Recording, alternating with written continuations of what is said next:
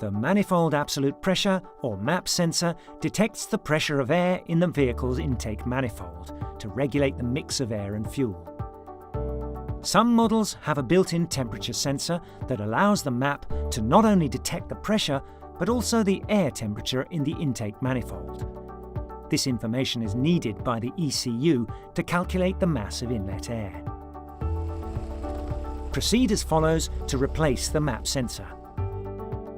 First, locate the MAP sensor on the vehicle installed on the intake manifold.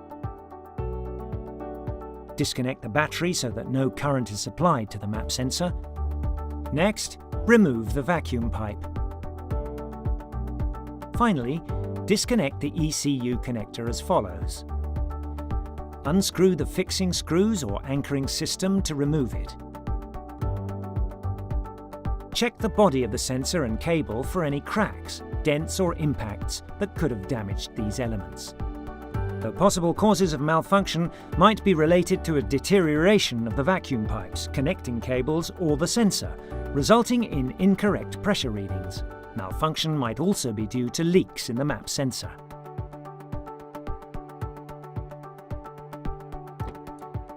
These faults can cause incorrect operation of the sensor, causing faulty startup of the vehicle or the engine LED turning on. It can also lead to the emission of black smoke, reduce the vehicle's power, increase the consumption of fuel or pinging due to an excessive drive.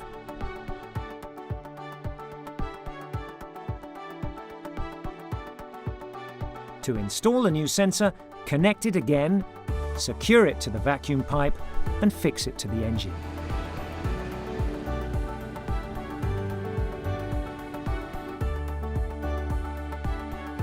Correct operation of the MAP sensor not only saves fuel, but will also lengthen the working life of the engine.